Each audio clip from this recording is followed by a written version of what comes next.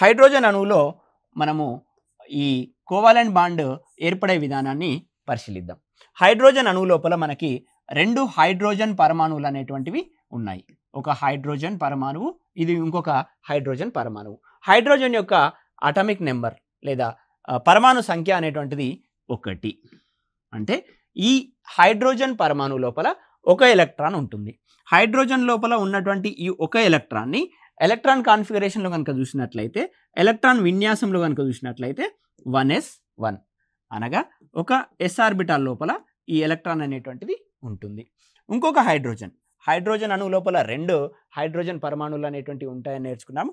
ఈ ఇంకొక హైడ్రోజన్ యొక్క పరమాణు సంఖ్య కూడా 1 అనగా ఈ హైడ్రోజన్లో కూడా ఒకే ఒక ఎలక్ట్రాన్ అనేటువంటిది ఉంటుంది. ఆ ఎలక్ట్రాన్ అనేటువంటిది 1s ఆర్బిటాల్లో ఉంటుంది. దాన్ని నేను బాక్స్లో ఈ విధంగా సూచిస్తున్నాను.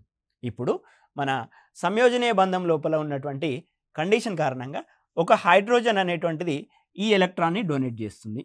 అదేవిధంగా ఈ హైడ్రోజన్ కూడా ఈ ఎలక్ట్రాన్ని డొనేట్ చేస్తుంది. ఈ విధంగా ఏర్పడ్డటువంటి ఎలక్ట్రాన్ జంటని ఈ 2 హైడ్రోజన్ పరమాణువులు సమానంగా పంచుకున్న కారణంగా ఏర్పడేటువంటి బంధాన్నే సంయోజనీయ బంధం అని అంటారు. ఈ సంయోజనీయ బంధం కారణంగానే 2 హైడ్రోజన్ పరమాణువులు ఒక హైడ్రోజన్ అణువుగా ఏర్పడి ఒకదానికొకటి కలపబడి ఉంటాయి. సో ఇది హైడ్రోజన్ అణువు లోపల సంయోజనీయ బంధం ఏర్పడేటువంటి విధానం.